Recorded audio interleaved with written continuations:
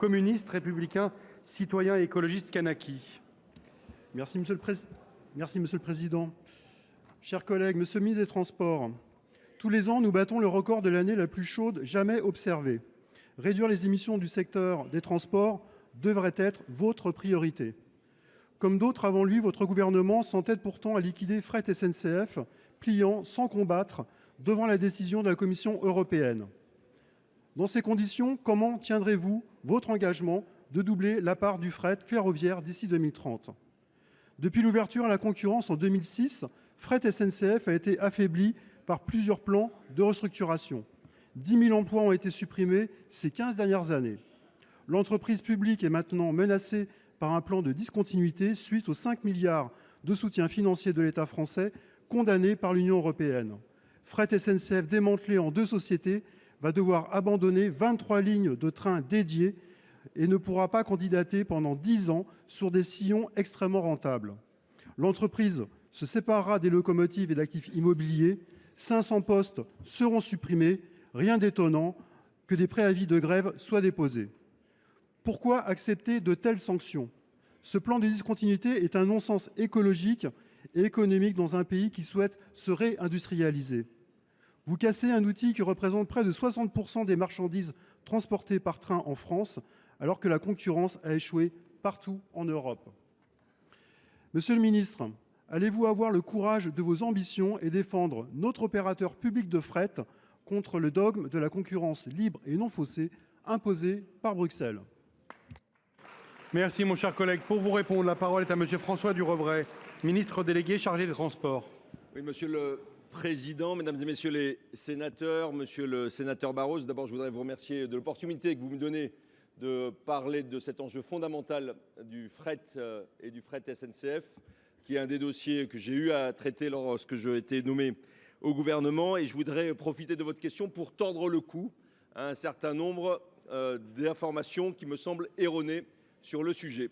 La première des choses, et c'est la vérité, c'est que le fret a bénéficié au cours des années passées de 5 milliards d'euros d'aides illégales au regard du droit européen.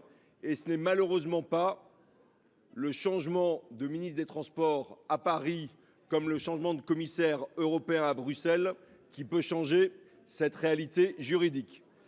Par rapport à cela, nous avons travaillé main dans la main à la fois avec la SNCF mais également avec les organisations syndicales pour construire un plan robuste qui d'abord sauvegarde tous les emplois. Tous les emplois sont évidemment préservés, 90% dans le groupe SNCF, les 500 emplois que vous citez étant évidemment affectés dans d'autres tâches. Et j'ai demandé évidemment au président de la SNCF de veiller à chaque situation personnelle. Notre plan est robuste également pour l'avenir du fret.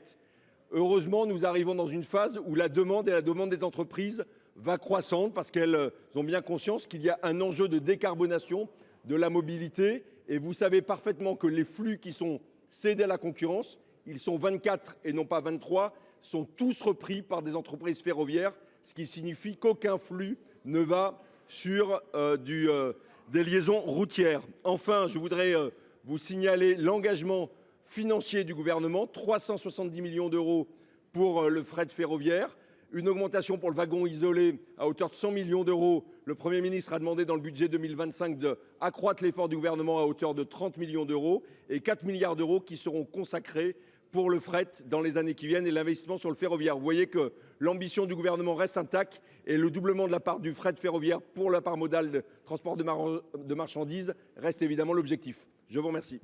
Merci monsieur le ministre. Monsieur Barros, je vous en prie. Monsieur le ministre, je doute de la robustesse de votre dispositif. 2 solutions sont possibles. Appliquons un moratoire, comme le recommandait le rapport parlementaire d'Hubert Wulfranc. Entamons de nouvelles discussions avec Teresa Ribera, commissaire européenne récemment nommée. Travaillons avec les organisations syndicales, les partenaires qui proposent des projets alternatifs pour développer le rail. Ne prenez pas, monsieur le ministre, le risque de jeter des milliers de camions supplémentaires sur nos routes. Merci mon cher collègue. La parole est à présent à madame